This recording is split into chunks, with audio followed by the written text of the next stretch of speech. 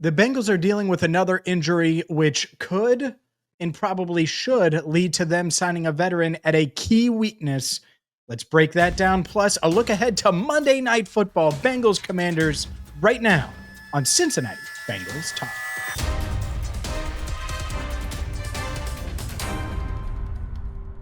Hi again, everyone, and welcome in to CBT. I'm James Rapien of BengalsTalk.com. Today's video brought to you by The Farmer's Dog. Make sure you check the link and get your pet the healthiest food you can get him or her today. Let's dive into the news of the day, and it's really unfortunate. And I think that there are a lot of people, and even me to an extent, right? We've dismissed Cordell Volson because he got benched last year at left guard. Cody Ford was the one taking those reps. And then it was like, all right, well, they brought in Dylan Fairchild.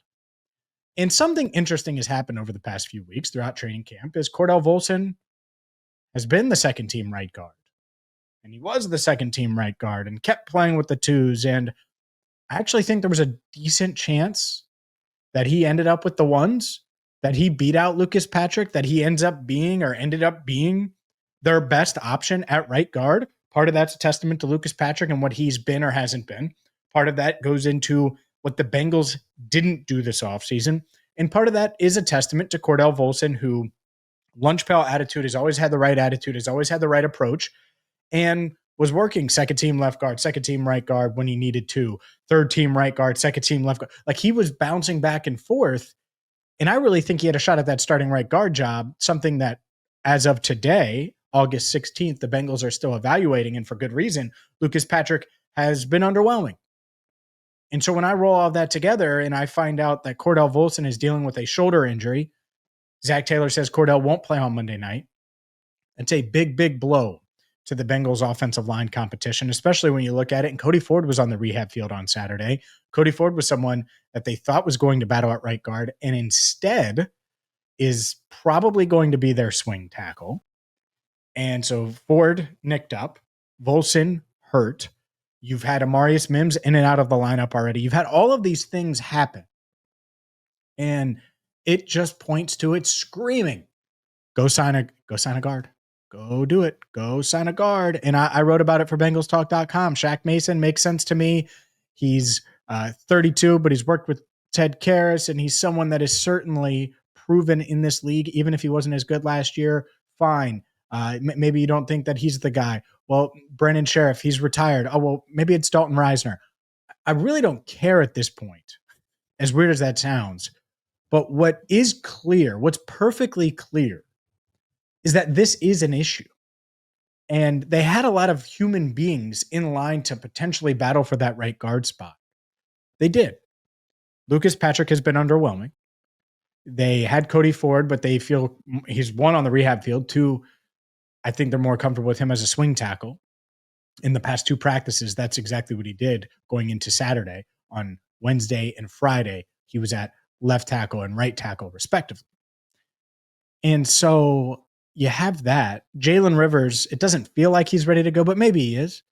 Maybe it's McLaughlin, the undrafted free agent out of Ohio State. Maybe Matt Lee is the one that saves the day. But you get my point here. Is it's like maybe, is it that guy? No, that guy, maybe that guy. And Cordell Volson almost seemed like the safest play. And so if he's out, if he has to miss extended time, it's got to be time. Like, if that's a serious shoulder injury, then it's got to be time. If it's not, then the Bengals may just stand pat and do what they've done all offseason long and believe in what they have. I don't like that. I've been very, very clear about that. We'll see. But if there was ever a time for the Bengals to add an offensive lineman, it would be in the near future. It would certainly be in the near future. We'll see if they do that. But plenty to discuss. It's Bengals, it's Commanders, Monday Night Football. How much will Joe Burrow play? We'll get to that coming up next. Today's video is brought to you by The Farmer's Dog. You've heard us talk about The Farmer's Dog here on Cincinnati Bengals Talk. It's been an awesome experience for our dog, Finley. Finley loves The Farmer's Dog meals that come right to your door. They're fresh. They're perfect. They're so easy.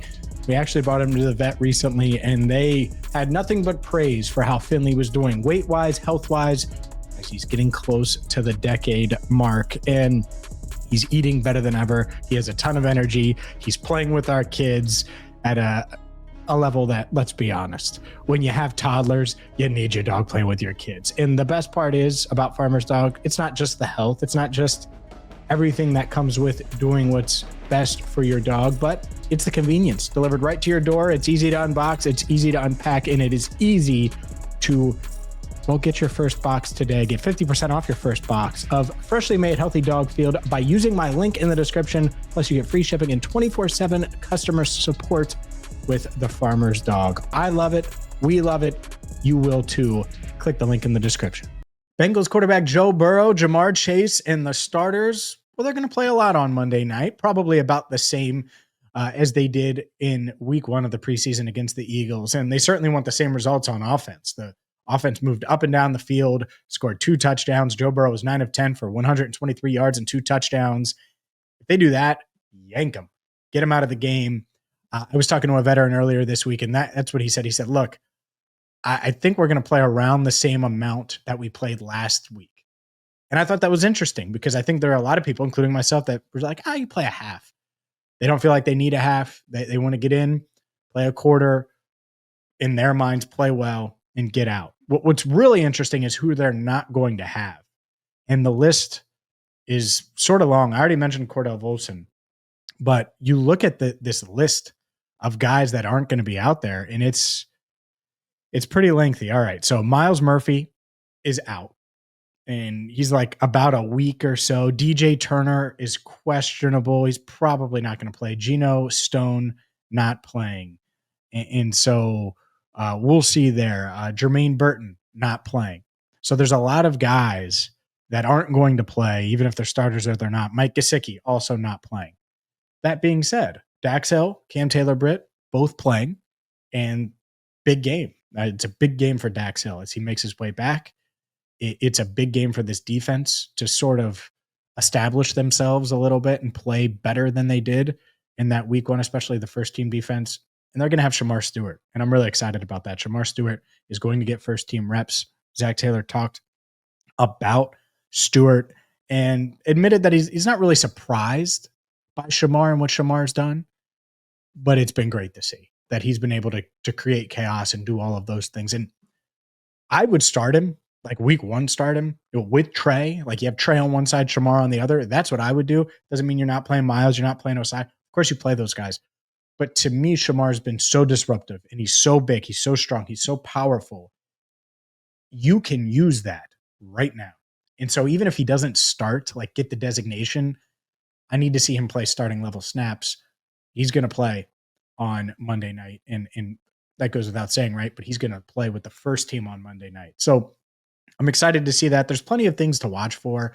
I don't really know. And I said this last week. I don't think it changes. For me, I didn't really need to see, like it would be good for Jermaine Burton to be out there. I don't really need to see Jermaine Burton from a wide receiver standpoint be out there with the first team. I know last week there were a lot of people like, I'm interested in seeing Jermaine Burton. How does he play with this offense? I've seen him catch touchdowns in the preseason. And it's one of those things where, yeah, maybe he would have gotten a couple reps with Joe, but probably not anyway. When you look at the hierarchy, the only reason he might have gotten a couple of reps is because Mike Gesicki's out. The good news is Jermaine was back at practice on Saturday. The good news is Noah Fant is going to make his Bengals debut on Monday, even with Gesicki out. And that's big. Noah Fant, he caught a touchdown in the red zone period on Saturday. He's a big part of what they're going to do. And he gives them a dynamic and element at tight end that they didn't have before after losing Eric All. Now they have it. They believe in him. The things that they're doing with him are really intriguing because they're going to find ways to maximize him as a blocker and then get him out in space, get him catch and run situations, things that he's done really, really well throughout his career where he can break a tackle and go. That's great. They can use more of that. And so I'm excited. I'm excited to see how they use him. And I don't think you're going to see a ton of it on Monday night, but you might see a little bit of it. You might get a little sneak peek of the Noah Fant experience, which I think is going to be big.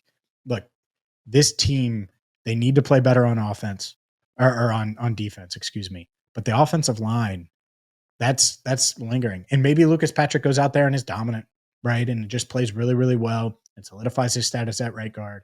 But it has been questionable at best to this point. It is unsettled. it really should be settled. Like in his, like I bet his goal coming into camp, and I get it, he had to play center for a little bit with Matt Lee nicked up. And that's what's been so weird about this camp. You have Matt Lee nicked up. So you have Lucas Patrick at center with the second team for a bit. And he's really the favorite to start at right guard. And then you have your right guard competition going on. And then Cody Ford and Jalen Rivers kind of switch because Cody Ford looks more reliable than Jalen Rivers. And so then you do that. And then you have this Cordell injury. And it's just been one thing after another. Maybe Jalen Rivers is just awesome on Monday. You know, it would be nice if someone would emerge. I think they should go out, street free agent, go get a guy that they think is experienced enough and proven enough to potentially win this job, because this job is very much up for grabs, and it's August 16th. It's fine for that job to be up for grabs on July 16th. It's August 16th. There shouldn't be many jobs up for grabs in your starting lineup if you're a Super Bowl contender. And if there's a job up for grabs, it needs to be because multiple guys are playing well and ascending. That is not the Bengals right guard spot now. So we'll see what happens. We're going to have you covered, of course, anytime there's news right here on Cincinnati Bengals Talk. Make sure you check us out, bengalstalk.com as well. For Andrew Foxmiller, I'm James Rapien. If there's no news, well, we'll talk to you after the game on Monday night. Until then, thank you so much for watching and listening to Cincinnati Bengals Talk.